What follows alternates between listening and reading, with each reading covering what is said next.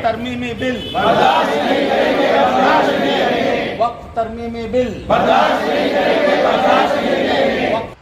एक हंगामे महशर हो तो उसको भूलूं, सैकड़ों बातों का रह रह के ख्याल आता है। न समझोगे तो मिट जाओगे ऐ हिंदी वतन वालों, तुम्हारी दास्तान तक न होगी दास्तानों में। हम कौन हैं, हम क्या हैं, हम कुछ भी नहीं, लेकिन वक्त आने दो हम तुमको बता देंगे। तरमीमी बिल वापस लो, वापस लो। वक्फ तरमीमी बिल वापस लो, वापस लो।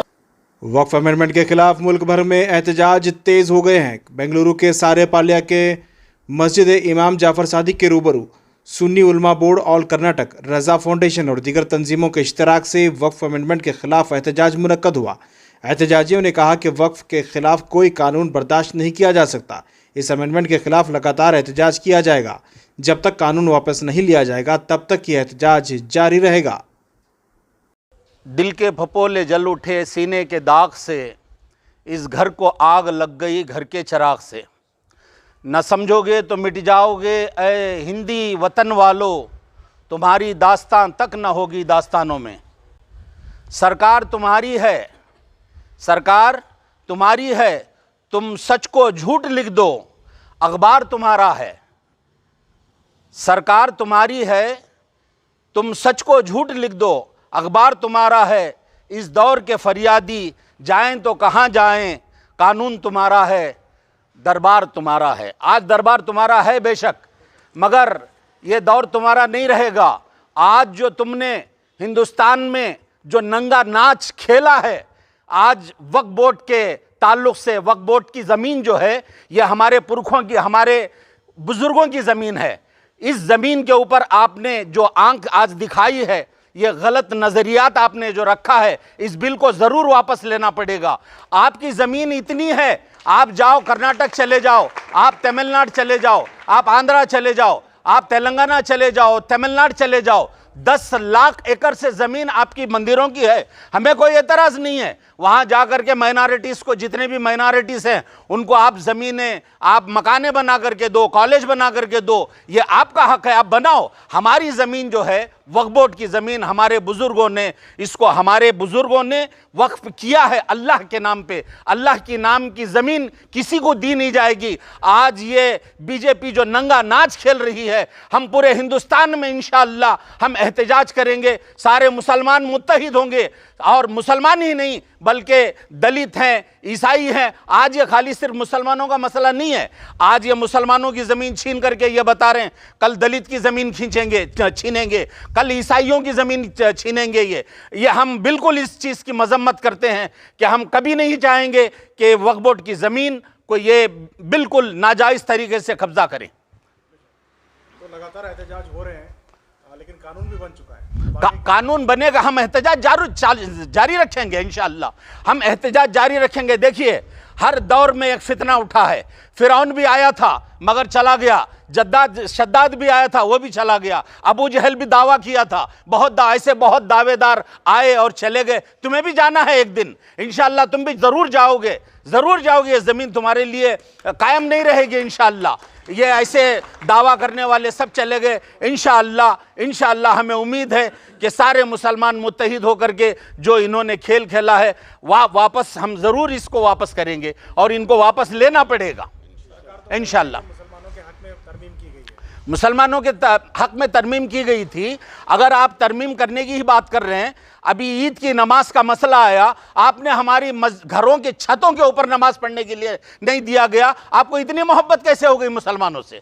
हम ईद की नमाज सिर्फ 15 मिनट या 5 मिनट के लिए वक्त मांगा था। हमें ईद की नमाज पढ़ने के लिए कहते हैं कि आप मस्जिदों के अंदर पढ़ो, बाहर पढ़ने नहीं देंगे। जबकि हमारे घरों के छत के ऊपर आप नमाज पढ़ने नहीं दे रहे हैं, तो आपको ये इतनी मोहब्बत कहां से पैदा होगी मुसलमानों के ताल्लुक से आपको? तो हम इसकी बिल्कुल मजम्मत करते हैं कि हम इस बिल को कभी नहीं मानेंगे। कोई हिंदुस्तान का मुसलमान इस बिल को नहीं मानेगा इंशाअल्लाह। एक हंगामे महशर हो तो उसको भूलूं, सैकड़ों बातों का रह रह के ख्याल आता है। और हम कौन हैं, हम क्या हैं, हम कुछ भी नहीं, लेकिन हम कौन हैं, हम क्या हैं, हम कुछ भी नहीं, लेकिन वक्त आने दो हम तुमको बता देंगे।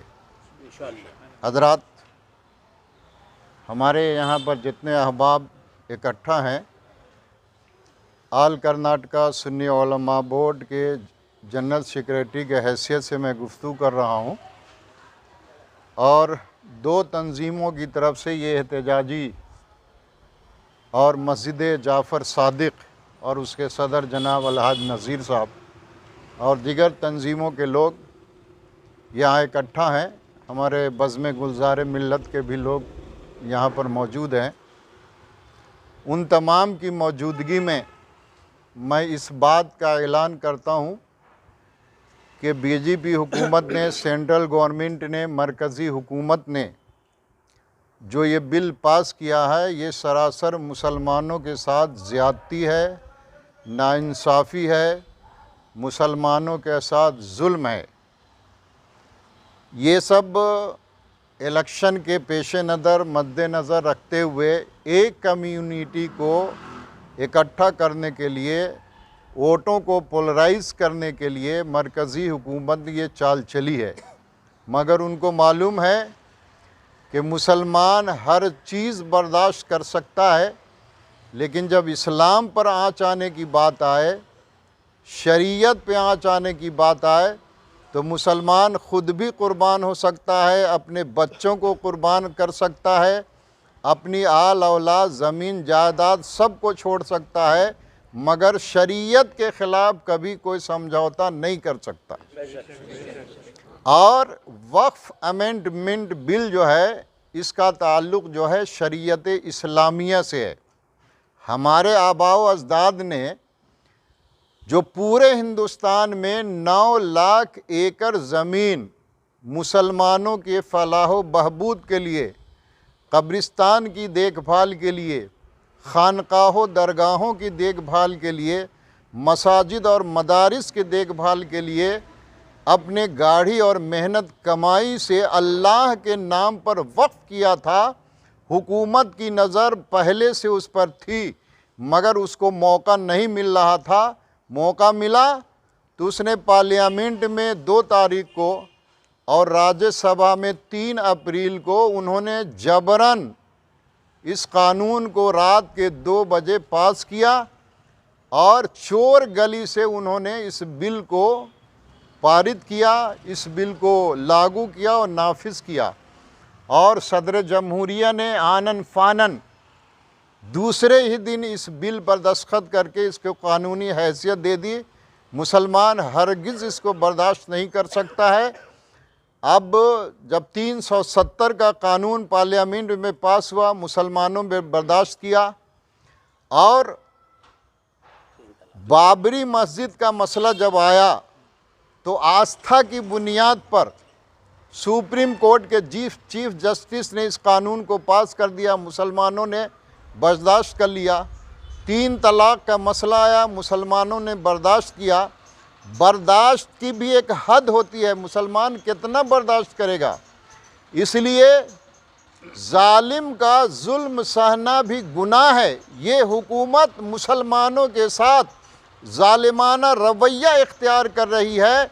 इसलिए मुसलमान इस बिल के लिए कानूनी दायरे में रह करके पूरे हिंदुस्तान में एहतजाज करेगा और इंशाअल्लाह इस बिल को जिस तरह किसानों के बारे में बिल को लाया गया और किसानों ने तकरीबन 1 या 2 साल बॉर्डर पे बैठकर एहतजाज किया और हुकूमत को मजबूर किया इस कानून के वापस लेने पर, इसी तरह इंशाअल्लाह पूरे हिंदुस्तान का मुसलमान भी एहतजाज करेगा और सरापा एहतजाज बन जाएगा और रोड सड़कों पर कानूनी दायरे में निकल करके इस कानून को वापस लेने पर हुकूमत को मजबूर करेगा। मतलब यह है कि वक्फ़ की जो जायदाद है वो हमारे बुज़ुर्गान दीन ने, पुरखों ने अल्लाह के रास्ते में वक्फ़ किया था, तो अब अल्लाह की मिल्कियत में वो ज़मीन चली गई।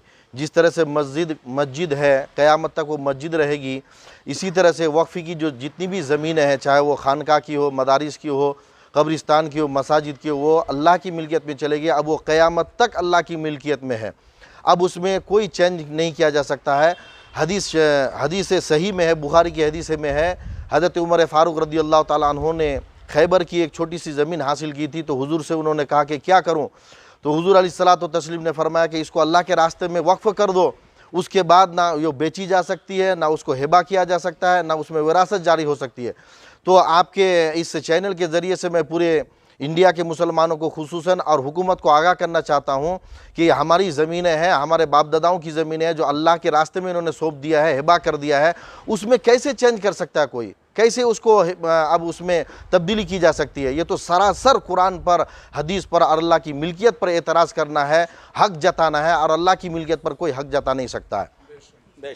एक हदीस पाक और भी है, अल आइदो फी हिबतिही कल कल्बे यऊदो फी कई, हिबा देने के बाद, गिफ्ट देने के बाद वापस ले लेना ऐसा ही है जैसा कि कुत्ता उल्टी करने के बाद उसको खाता है। बताइए, एक हिबा के बाद यानी गिफ्ट के ताल्लुक से ये कहा जा रहा है कि गिफ्ट देने के बाद आप उसको वापस नहीं ले सकते। यहाँ तो अल्लाह के रास्ते में हमने ज़मीन को सौंप दिया है, हिबा कर दिया है, निछावर कर दिया, वक्फ कर दिया है। अब उसको मोदी हुकूमत या बीजेपी हुकूमत कैसे उस पर कब्ज़ा कर सकती है, अपना हक जता सकती है? तो आपके ज़रिए से ये मुख्तसर पैगाम ये है कि इस बिल को जल्द अज जल्द हुकूमत वापस ले और मुसलमानों के हक़ में, कुरान के हक़ में जो फ़ैसला है उसको बरकरार रखे। अभी जो हम लोग यहाँ जमा हुए, हम सब के जमा होने का, एहतजाज करने का मकसद ये है, अभी हाल ही में हमारी हुकूमत की तरफ से मुसलमानों के ख़िलाफ़ जो हमारे वक्फ बोर्ड की प्रॉपर्टी है उसमें जो तरमीम की गई है, हम उसके ख़िलाफ़ यहाँ सब लोग जमा हुए हैं। मैं हुकूमत हिंद से यह दरख्वास्त करता हूँ कि आप इसको फ़ौरन वापस लें।